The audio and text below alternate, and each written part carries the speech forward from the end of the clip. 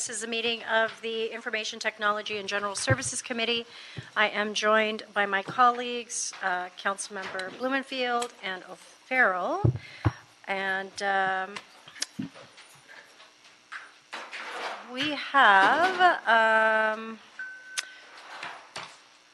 several public speaker cards, so multiple comment cards. So, Mr. Herman, on multiple agenda items.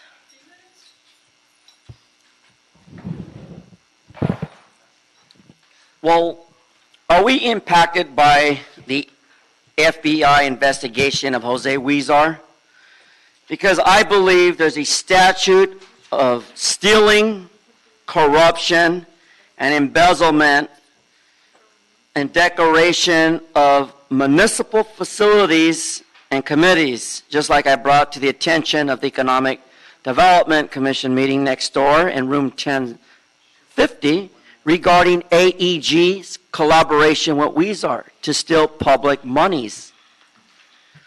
Now, whether it's an allegation or not, it's serious when the FBI comes to City Hall, just like on item 5.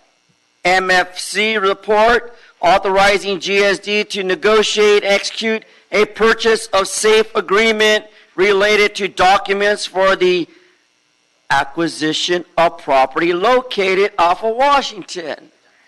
Now, if Huizar is going to continue to sit as the chair of the Plum Committee and take developers' monies in large amounts, we must stop it there. We're tired of development stealing. We're tired of promised development and all the stealing of federal and state dollars in development.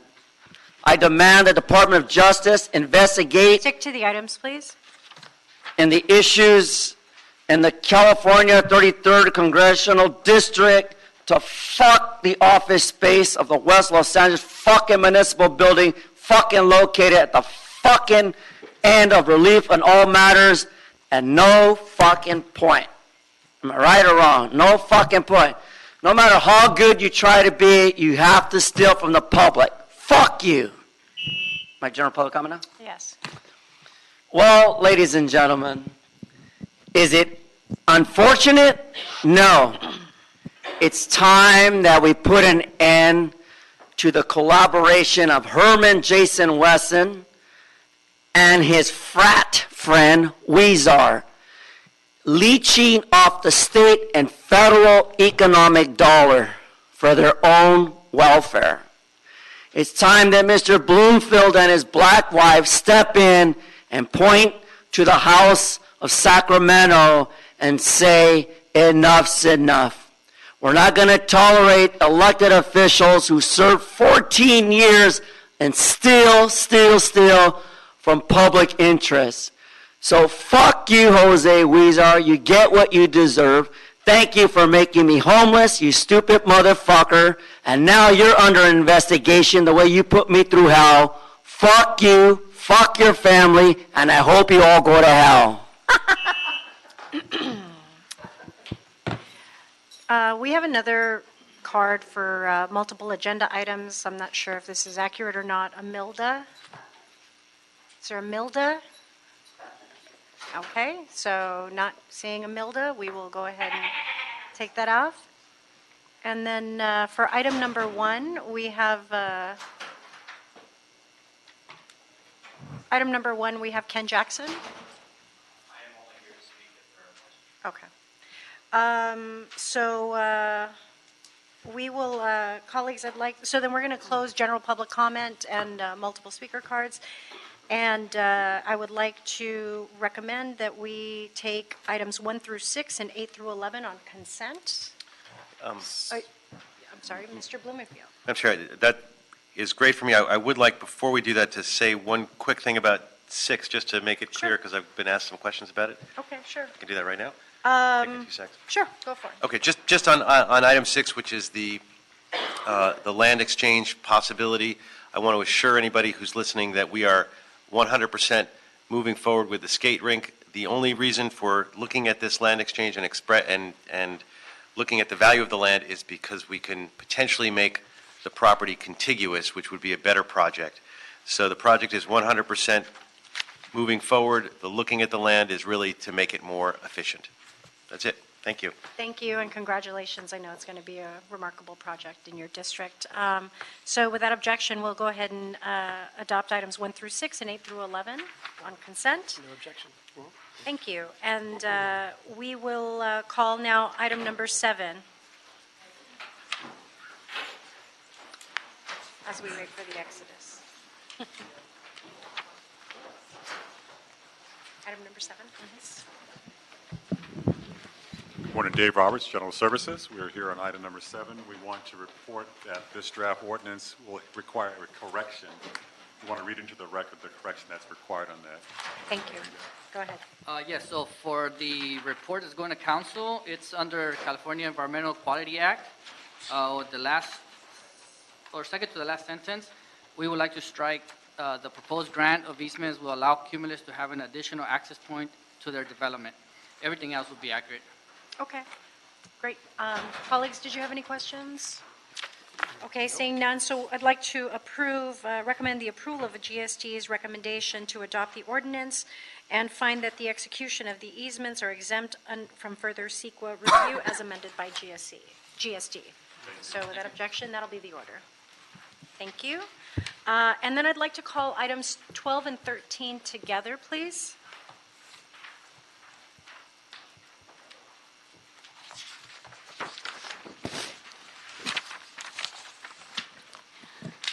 So item number 12 is ITA report in response to motion Krikorian Blumenfield Rodriguez relative to the status of any ongoing negotiations between the city and any wireless telecommunications services providers for the use of the city's light poles or other vertical infrastructure or co-location of wireless telecommunications infrastructure on any other city property. Item number 13 is ITA report in response to motion Blumenfield Rodriguez relative to the city's wireless small cell permitting procedures for processing small cell infrastructure applications or requests to co-locate on city infrastructure or facilities. Public Works and Gang Reduction Committee approved this item as amended on 10/3/2018. Thank you. Good afternoon. Good afternoon. I'm Jean Holm, Assistant General Manager in the Information Technology Agency. Councilmembers Rodriguez, Blumenfield, and O'Farrell, thank you for the opportunity to speak to you about the work underway with telecommunications companies in the City of Los Angeles to bring better connectivity to all Angelinos. ITA has facilitated a set of meetings with city departments and telecommunications and infrastructure providers related to the expansion of telecommunications services across the city. Participants in this meeting are outlined in the report that we gave you, but particularly want to draw your attention to the Bureau of Street Lighting, who's been amazing in these efforts, Bureau of Engineering, Recreation and Parks, General Services Department, City Attorney, Public Works, and others. These meetings were precipitated by two things. The first was the closure of the CityLink request for proposals, and the second was an analysis of the coming impact of 5G on city departments and for additional equity. In 2014, the city issued a request for proposal for CityLink. This was an effort to find a way to partner with the infrastructure and telecommunications companies to create a basic internet service for all Angelinos and support the growing needs of businesses. I don't have to explain all the details of CityLink to these council members, but just to give it a quick summary. However, there was no viable responses to this effort that met the city's requirements. At the same time, telecommunication companies were starting to expand their networks in the city. And ITA did a forecast for the number of small cell and macro cell devices. These are the kinds of devices that help to provide broadband and internet connectivity that would be brought into Los Angeles and our city's ability to permit those and how fast we were growing. And looking at the potential disruption to the city infrastructure and public rights of ways that these kinds of devices do when you install them, and the potential impact on the digital divide in our city. It was clear that the number of devices, which we estimate to be up to 8,000 to 10,000 over the next 5 to 7 years, would require significant additional city resources, particularly in the Bureau of Street Lighting.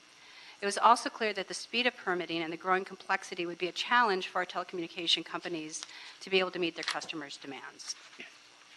And in fact, over the last year, this growth analysis proved to be true, and the number of batch permits that have been submitted to Street Lighting and Bureau of Engineering have increased significantly. in the last year. And it's the hard work of BSL, along with discussions with work by Verizon, particularly, that has made Los Angeles the first 5G city on the planet. Now, this growth continues to be a huge opportunity for the city to fix a variety of problems that have occurred historically. The biggest issue relates to digital equity. Historically, each company submits permits for placing a device on a city infrastructure, and they do that based on their own network analysis and what their customers' needs are. As a result, though, you can see in the map that we submitted with the report that we have a city that doesn't have digital equity.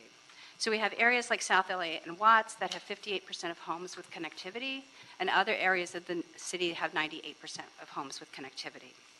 The lack of access, as you all understand, makes it difficult for people to get training for jobs, find city services, for children to do their homework, and for students to look for colleges, and just for Angelinos to do the things that we all take for granted. Now, at the same time, there's pending federal legislation and FCC rules underway. On January 14th of next year, 2019, the FCC will enact a ruling that may impede the ability of cities to oversee the permitting approval process and to set reasonable pole attachment rates. The mayor has responded to these actions to reassert LA's need to manage the time, place, and manner of this work while charging responsible and reasonable fees for pole attachment rates. And the city has joined a coalition of municipalities that will appeal that FCC order. So as you can see, this is kind of complex. We have digital equity that we're trying to achieve without actually having the resources at the city to be able to solve that problem by ourselves. We have a growing need by our businesses, particularly in telecommunications, to install a large number of these infrastructure devices in order to meet their customers' needs, which at the end of the day are Angelinos who are trying to connect online. And then we also have the city's needs and departments to be able to effectively and efficiently manage their services and charge reasonable rates for these kinds of attachments. So as part of this, a year and a half ago, ITA formulated the Connectivity and Digital Inclusion Working Group. Some of the members are here in this room today. That was in July of 2017. And this working group has met monthly and includes a variety of departments, including Council Districts 3 and 7, the CAO, the CLA, City Attorney, and others. The group helped to coordinate budget packages with which the gracious approval of City Council, helped to get Bureau of Street Lighting in a position to be able to aggressively and proactively work this year to get LA to become the first 5G city. This build-out of small cell technology and 5G services brings a unique opportunity for LA to fix digital inequity in a way that is workable and affordable for the city, and to work with telecommunication companies proactively to help them understand our needs and look at how we can build out their networks and how they can prioritize permitting in a way that makes equitable access for all. The most visible way of doing this is by having affordable connectivity equitably across all neighborhoods so that a family in South LA can connect as easily and affordably as a family in Brentwood. The second way is by looking at how we can exchange access to city infrastructure by trading off goods and services and not just cash that can further equity, smart cities, and other council priorities. Now, in the midst of all this, we're trying to eradicate the digital divide. And so ITA and the members of the Connectivity and Digital Inclusion Working Group are interested in continuing the discussions we've started with telecommunication companies to find the best value for the city, the Bureau of Street Lighting's assessment fund, and the needs of Angelinos that this opportunity affords.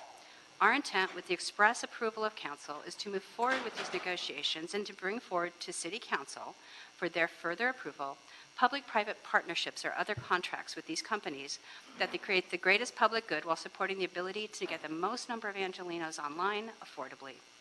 We appreciate your insight and guidance in this complex area and look forward to the discussion. Thank you so much, Jean. And colleagues, I apologize because what I intended to do was actually talk about, I know we have these two related items, one of which was already heard in Public Works as well. But again, I want to thank you, just out the chute here, I want to thank you for, I know there's been a lot of conversation and time because we are trying to make sure that we are meeting the needs of not just the digital divide, but also this is a very complex issue in us trying as a city to establish guidelines by which we could collaborate in this space, making sure that we are at the forefront of being a digital city and providing this new technology, while at the same time assuring that we are managing city assets respectively and meeting our goals and targets based on our infrastructure. And so I want to thank you just for, I know, all of the conversations and work that has been ongoing. as it relates to this issue. So can you kind of just give me a quick kind of a little bit more of a synopsis of where we've been and kind of where we're at today as it stands in these conversations? Sure. So currently, the companies that are telecommunication companies and other infrastructure providers have a right to be able to submit a permit through either engineering or street lighting, sometimes other departments like GSD or the zoo, but mostly 85%, 90% or street lighting, to be able to put devices. Sometimes you see those as banners, advertising something, but in this case, we're talking about small cell devices that help to bring broadband and cellular access. And so they can do this on a one-by-one basis. What we've done so far is with Verizon specifically, created an addendum to the master service agreement that the Bureau of Street Lighting, who I believe is here today for if you have additional questions, has in their master agreement that they often have with these companies that have a lot of different devices and permits that are going to come through. The current process for Verizon is the same as it's been for every provider today. What we have proposed is this contract amendment into the master service agreement that allows them to build their first 1,000 poles. They estimate they'll need much more than that, but the first 1,000 poles with a mix of goods and services in exchange, and cash in exchange that amounts to the total value, which we estimate Bureau of Street Lighting is currently charging about $800 per pole per year. And these combination of goods and fees would bring better digital equity and support services that BSL needs. So right now, the only thing that is currently on paper is this amendment to the Bureau of Street Lighting Master Agreement. What we'd like to do is be able to bring together a contract, essentially a public-private partnership, to City Council, but we're looking for your guidance before we continue to proceed that way. So now I have a question, because I'm familiar with our smart pole technology and installation that we've been doing. How does this look in terms of some of these early discussions? How does that look in the context and in comparison with the smart pole technology that's been rolled out on some of our streetlights? Do you mean like how does it look physically or economically? No, just in terms of the fee structures and how different are the contractual agreements? I think I might need to defer to Street lighting on that, actually. Oh, Fabian.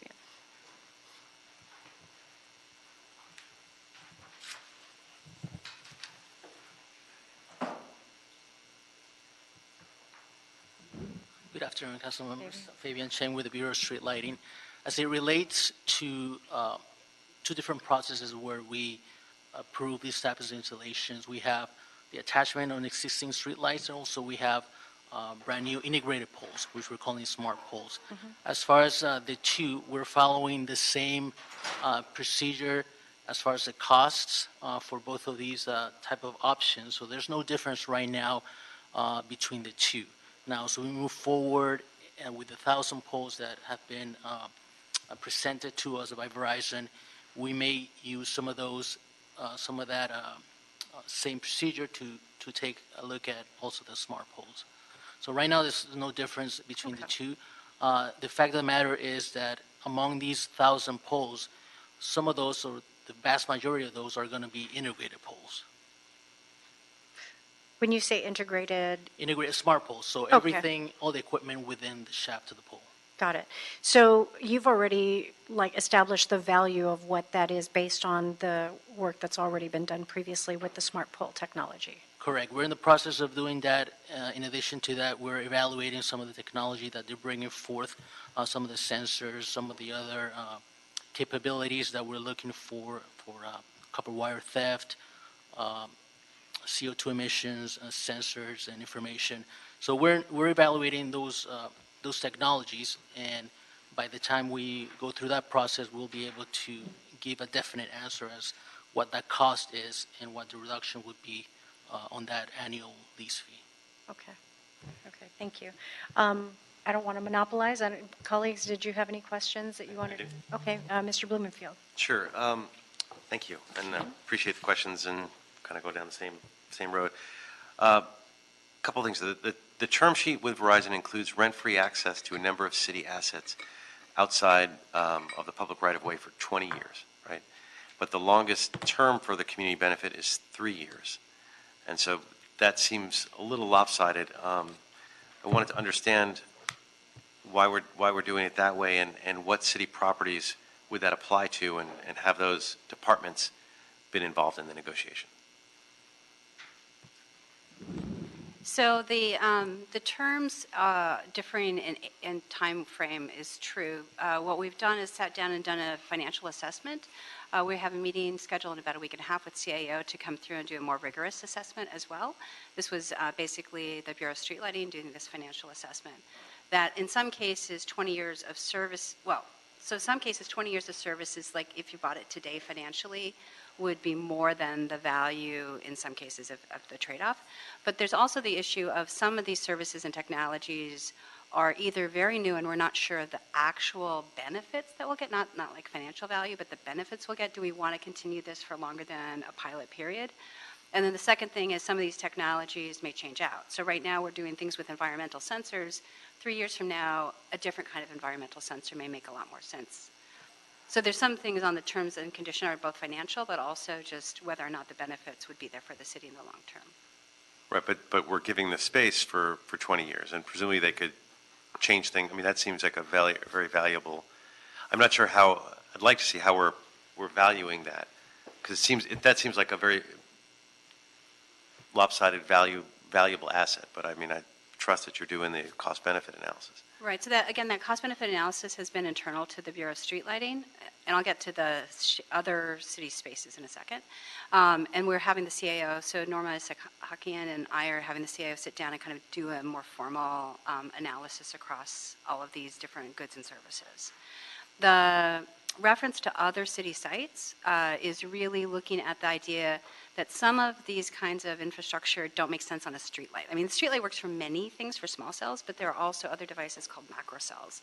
These are things which are much more visible, and in some cases, because of line of sight or other network topology, it's better to put them in a different place. So Verizon has requested, as has AT&T and others, sometimes situation there. So General Services Department, Rec and Parks, I think the LA Zoo may be a potential place.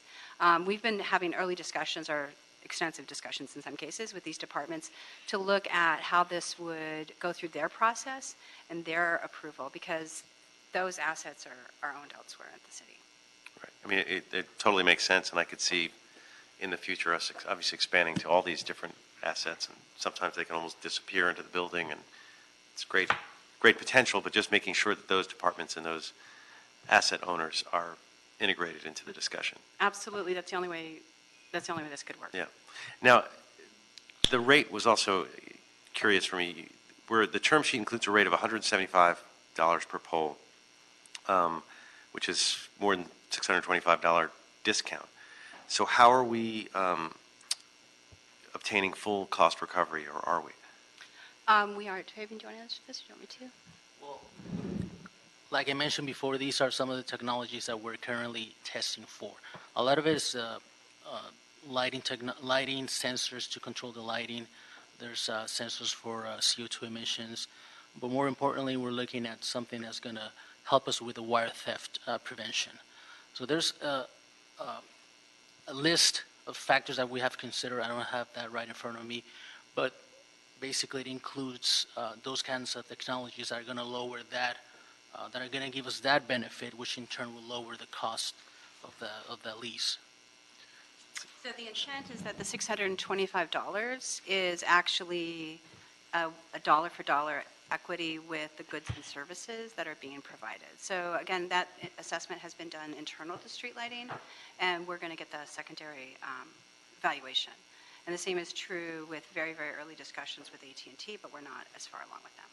But that presents the problem, because then while it may be cost neutral in the aggregate for the city, it's not cost neutral for the actual cost of the pole, because the cost of the pole is $800 and something, and you've got to, if you're not doing cost recovery directly, then that money is coming from somewhere else.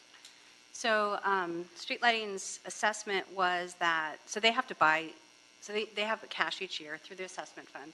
Often that goes to, support the crews that are actually doing these installations, but they also have to buy devices. Mm-hmm. They have to buy poles, they have to buy copper wire, they have to buy a variety of things. So these are things that are already on their agenda that they would be buying or things that they wanted to pilot. And so these are sort of out-of-pocket costs that they were expecting. In this case, they don't have to make those purchases because they're able to get it in this exchange. Okay, well, I look forward to seeing that spelled out a little. I mean, I understand the concept, Agreed. but don't, obviously, haven't seen it spelled out, but that's an important thing to focus on in terms of how those numbers add up. Absolutely. Actually, if I can segue really Sure. quick, because I do have a question, Fabian, and it's related, and I remember just going back to my public works days on, some of the recovery of, because of CPI and some of the shortfalls that the Bureau has experienced in, previously through some of the assessments. Are those part of the conversations in this discussion that you are pursuing? Yeah, definitely. And also, one thing that I forgot to mention is the wear and tear on the system. Part of that cost has been spelled out as far as the circuitry, the wear and tear on the wires, the pole, the structural integrity of the poles. So that's an additional cost that is not that needs to be recovered as far as those $800, which is the lease fee. It's not. It's the cost. It's the annual lease fee that every telecommunication company pays per site, per pole. And that includes, the wear and tear, any repairs that we have to do for wire theft, anything that we need to secure the system, the pole boxes to prevent that. So it's a variety of things that are taken into account to reduce this cost. Okay, thank you. Sorry, I didn't mean to. No. But We're a free-flowing discussion. I'm all good with that. But it does beg the question. I mean, in terms of those are all costs, and we're not necessarily recovering them. And how do we get there? And frankly, I'd like to see a point where we're not just getting the cost recovery, but some of these. In other words, we're not just paying for these benefits by moving dollars from robbing Peter to pay Paul. And so you have these good benefits, but if these benefits are really just money out of our other pocket, then it's not really giving us a net community benefit as a city. Whereas there is a benefit to the companies for us batching these that goes well beyond the price of the pole, and that's where we're trying to create the win-win, where we get more community benefits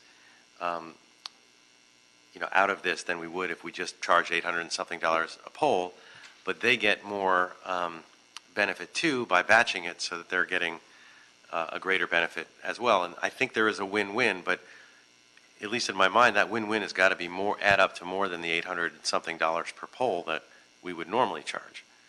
We have to figure that out. But moving along, so who is authorized to sign these agreements? Right now, that's the only Yeah, vehicle. because I'd like, especially with all of these trade-offs that are being made and the fact that it's not just street lighting, but it is really citywide, I'd like to include a recommendation that we require council approval on any agreements between the city and telecommunications service providers for the construction of telecommunications infrastructure on city property, including the public right-of-way. So when we're done with questions, I'd like to add that in as an amendment, just to create another safeguard for us to know that we're getting the best deal for the entire city as possible. Not that street lighting doesn't do a great job, but they have one focus, and we want to make sure this is across the board. Another general question: why is it beneficial for the city to enter in agreements with providers on a one-by-one basis instead of adjusting the policy across the board for all of them? So we could, where you look forward to your recommendations and guidance in that. Right now, we're operating under the constraints of the assessment fund that the Bureau of Street Lighting has, and sort of the full cost accounting that we can do there, and then a variety of other challenges across the city. So right now, we don't have sort of the authority. I think ITA certainly doesn't seem to have the authority to be able to create this sort of batch piece that reaches across multiple departments. Again, although street lighting is sort of 85% of the challenge here, there's Bureau of Engineering, there's a lot of public works, but there's also some pieces a little bit beyond public works. So we'd love the ability to do something like that. And so much of this will end up through our direction. We'll go back and. Yeah. Well, Right. and I guess we probably all want to see that as the goal. So it's one thing to pilot something, but we need to keep our focus on how do we do this system-wide. Agreed. Last area of questions, Okay, Bob, because we got another colleague here. well, you can come back to me. Go ahead. Okay, Mitch, go I'm ahead. hopeful that this free-flowing conversation will lead to free-flowing information across this great city. That's right. So a couple of questions. You mentioned, Ms. Hall, that Los Angeles is the first 5G city, right? Yes. So what is there that we can learn from other cities that are leaning into this as well, if anything? And within that, if we're going to pioneer a new way forward for 5G, one of the recommendations is that perhaps a consultant come on board to kind of look into the complexities and the unique terrain and unique situations that are Los Angeles. And so what do you see, what are your thoughts about that, and why the consultant, and where it especially could be useful? Sure. So we have tapped a lot of city staff to help out with this, and so departments have put forward people that work on the Connectivity Digital Inclusion Working Group. Two of the members are here at the table actually today, and others behind me. So we partner with other cities. We've learned a lot from Boston, from San Jose, from Sacramento, from Houston. Some of the other cities are also early to 5G, like Houston and Indianapolis, I believe. But what we learned was some of these ideas about things like San Jose's Digital Equity Fund. So they have a really creative solution, which we're not really able currently in our constraints to do here, where they bring in money from the permitting of access to city infrastructure, create a digital equity fund, as well as paying off the fees associated with that infrastructure, and then are able to use that digital equity fund to do things like, here we would do things like maybe our Cycle LA program, where we do computer giveaways, or our issues about getting connectivity to, through HSID to low-income housing. There's a variety of things you can imagine that could be done with such a fund. But we don't really have that constraint, because right now the fees come in through the assessment fund and Bureau of Street Lighting, and they need to stay in the assessment fund. So it's a little more constrained. We also learned a variety of things from Boston particularly, and just understanding like the impact on city infrastructure, traffic mitigation. I mean, you have to do trenching along the city streets in order to bring the wires and the capability to the streetlights in order to put these in place. And so we've been working closely with the Department of Transportation and others to figure out best ways of batch processing, expediting, and then limiting the impact. And so Bureau of Street Services and Keith Mozan and Kevin James have been awesome in working directly with Verizon, AT&T, and others to talk about the new street SDRF fund and the fees, and how we are able to sort of do things concurrently rather than tearing up a street twice. So there's a variety of things that we've been learning. There's associations like NATOA that we participate in to make sure that we're really able to be sort of forward thinking. The consultant would augment the city departmental staff that we currently have to be able to have somebody who can kind of fully focus on this.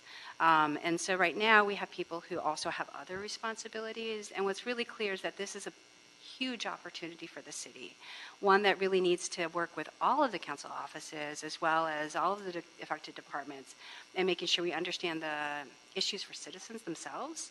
And there are, citizens have concerns about a variety of things related to these plethora of new devices that are showing up in their city streets.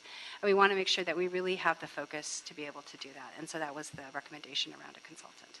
And I wonder when we might be making that decision to bring aboard a consultant.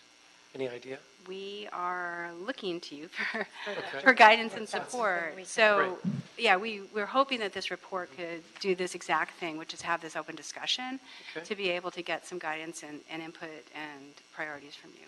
And you mentioned, just two more questions, Verizon's 1,000 poles in terms of leveraging greater equity for underserved neighborhoods. So how would this process that BSL recommends, how would that bring greater social equity? How would you do that? Would there, can you explain Sure. how that would work? Sure, and Verizon is here in the room today as well. We did an analysis with USC's Annenberg School, and that's the map that you see.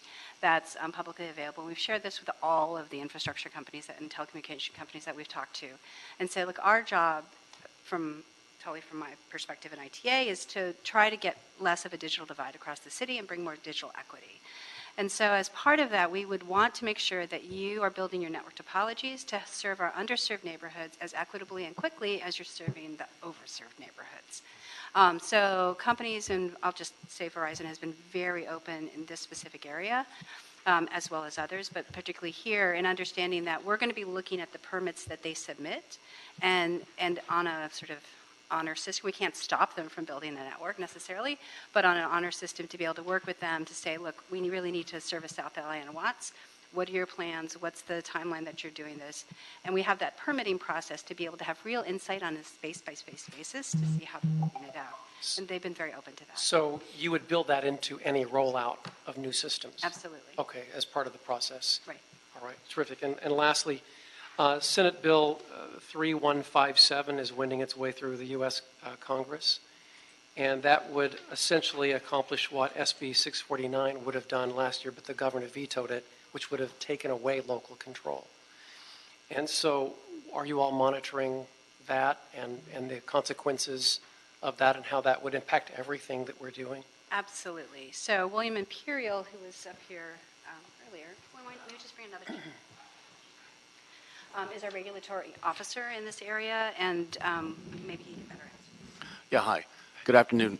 Good to see you all again, of course. With regard to the Senate bill, that is not the biggest threat.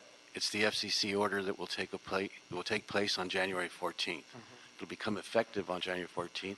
It'll affect the small cell deployment throughout the United States and the ability of a municipality or local government entity to control its small cell permitting processes as well as its poll rates. They've set this arbitrary ceiling of 270, talking about the Federal Communications Commission, has set an arbitrary rate of $270 per poll that will be imposed on all municipalities, unless, of course, we can somehow defend that in a court of law as to what our rates are in terms of being reasonable. There is that little cutout we see, but we are going to participate in an appeal of that particular order. With regard to the Senate bill, we can't predict yet where that's going to go with the House changing. Mm-hmm. All right, so from my end, I can say it publicly. Thankfully, we'll get some common sense there on the House side. Mm-hmm. So hopefully that's not going to go. Okay, and that FCC order you mentioned, is that universally across the U.S.? Yes. Okay. Yeah. All right. So we'll see what happens there. Well, right. We do believe, though, that if Verizon and AT&T and any other provider that wants to enter into a P3 or public-private partnership agreement now, and I've asked them for reassurances on this, that if they're willing to enter into a non-preemption agreement, that is not to utilize any state or federal law or rule making in this area, that we can continue in good faith with these negotiations. And hopefully they'll come to the table before January 14th and let us know if that's something they're willing to do. Otherwise, these agreements will be subject to the preemption of the FCC, pending the appeal. So, terrific. All right. Thank you. Thank you. Thank you, Mr. Ferrier. Okay, thank you. And actually, going as you mentioned, and I think it directly relates to this impending FCC. When we talk about the negotiations that are ongoing right now and the participation of which telecom providers are involved, we've discussed Verizon, AT&T. Are they running it parallel? Are they different stages of conversation? What other communications companies are involved? Where is that at? So Verizon came to us first, and so they're further along in the process. And then, and we've also learned things in working through the process with Verizon that are helping others that follow them go a little more quickly.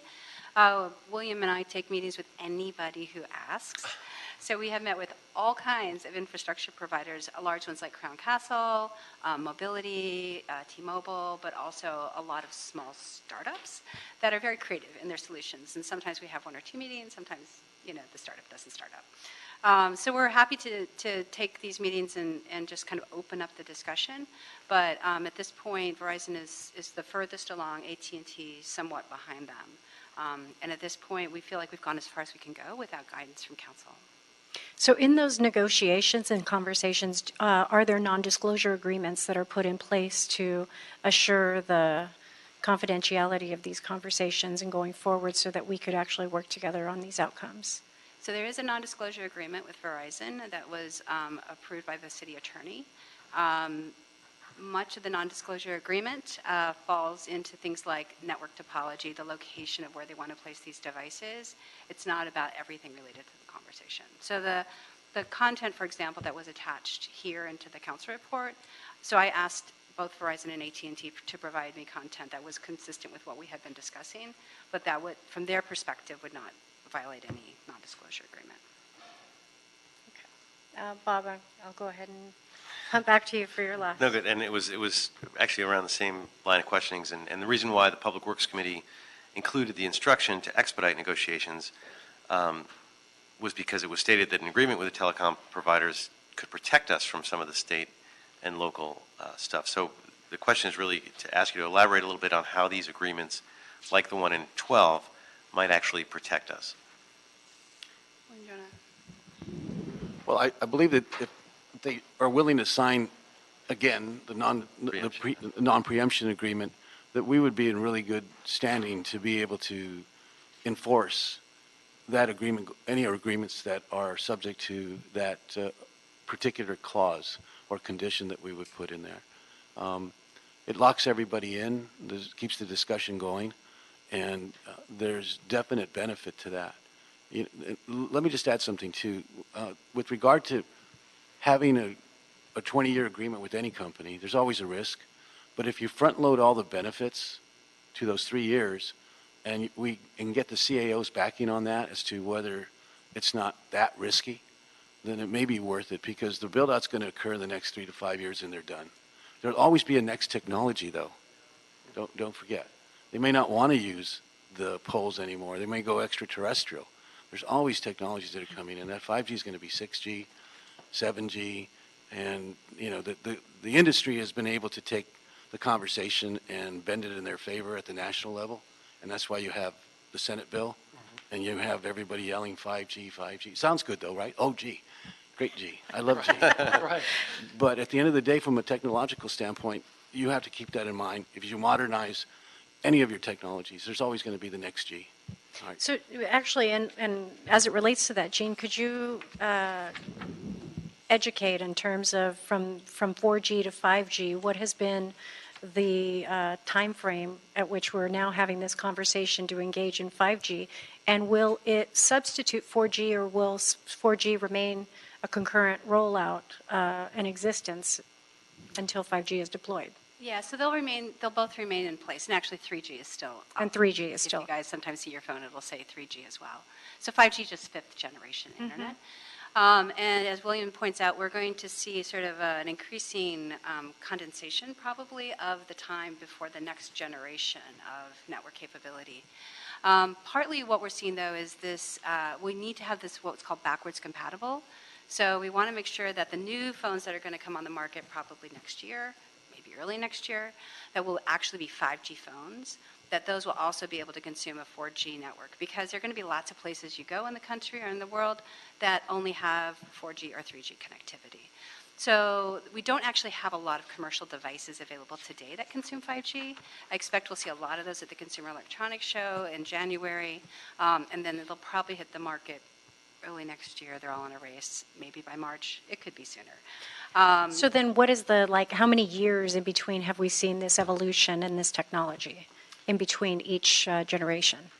So we're seeing it get smaller, but at some point, so it's been about 4 years, I think 5 years for the 4G technology.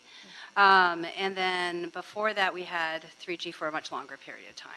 Partly it's us getting smarter about what we can do on the new technology. So it's nice to say we're a 5G city, but what does it really mean? What it means is that there are faster networks and a denser network. So we're able to reach into neighborhoods that we have traditionally kind of skipped over because there's just not as much commercial value, the companies might say, in that neighborhood.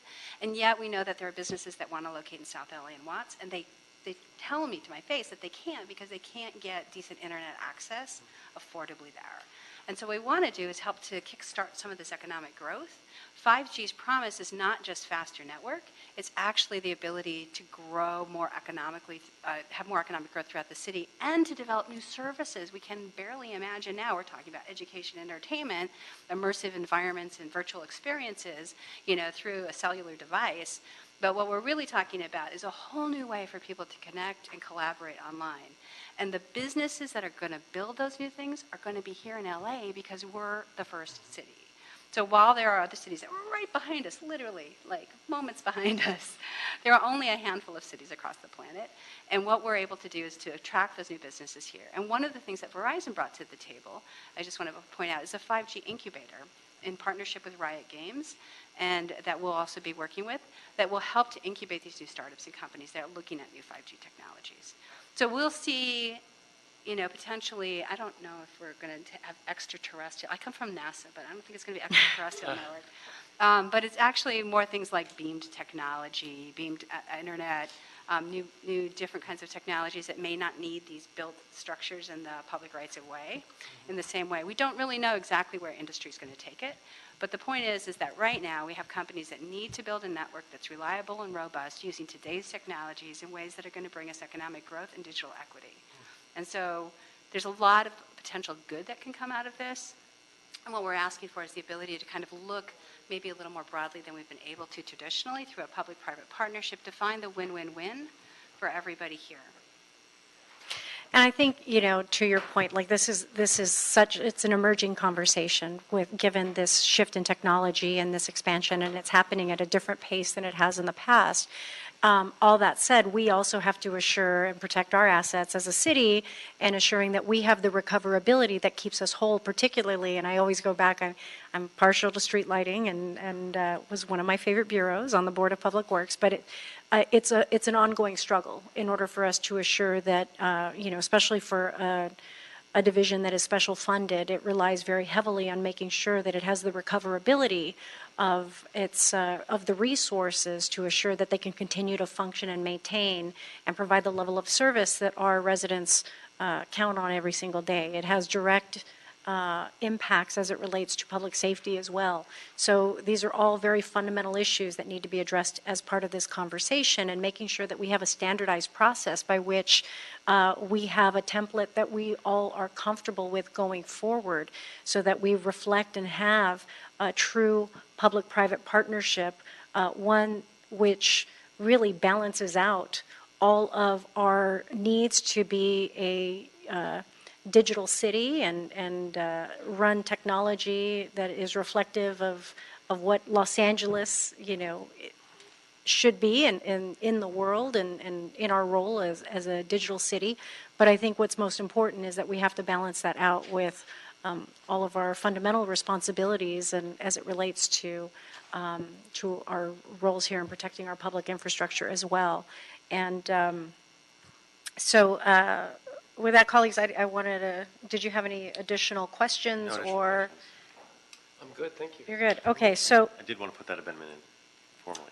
okay, so can I make so my thanks to you for all. I know there's been a lot happening, and that we're looking at some other timelines as it relates to this impending FCC order, and anyone else that has potentially a bright idea in the state legislature or the federal government to tell us how to manage our infrastructure. But I'm sorry, did you have? Mike Dunn, City Attorney. Just one thing, not under the council member. Just you had asked a question earlier about the authority for who's signing the documents now, and so years ago the City Council delegated the authority to street lighting to handle its pole attachments, as I'm sure you all know, for cost recovery. And so right now the agreement that the work has been worked up by BSL is to obtain full cost recovery, even if it's in goods and services in lieu of cash, as your line of questioning. So I just want to make clear, with respect to your recommendation, if the committee chooses to vote on it today, that it was broad enough to seem to have the intent of undoing the existing sort of cost recovery policy for pole attachments. I just want to make sure that it's clear in the recommendation that if that's the intent, that's the language is exactly the way it should be. If you were looking to focus only on these 5G agreements going on going forward basis, there may be more limitation, that's all. I'm not, it's just an idea to make sure that that's what you intend. That we're giving the right directive as it relates to that. That's all. Okay. So, again, thank you. Thank you, Fabian, as well, and everybody that's been involved in these very lengthy conversations. And so at this time, I'd like to recommend that we note and file the ITA report.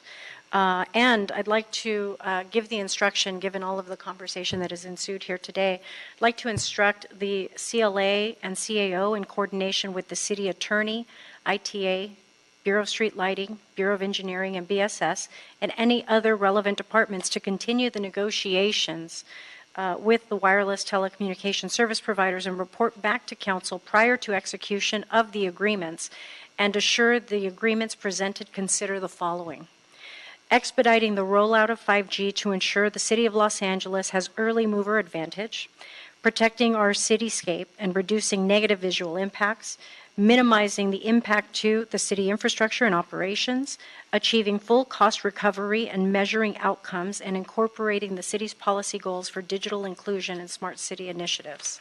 So we'll come back to, Great, so maybe just a slight tweak to what you're saying, which is to report back for approval, just to make it clear that okay. that we're asking Yes. for the report back, and that And we're asking for, right. we want the authority to approve it or disapprove it, not just to Okay, hear about it. that's And perfect. that That's- covers my concern. That covers it. Yes. So we're good. So with that amendment, and And then just a clarification, the broadband coordinator consultant, do you need a report on that at all, or?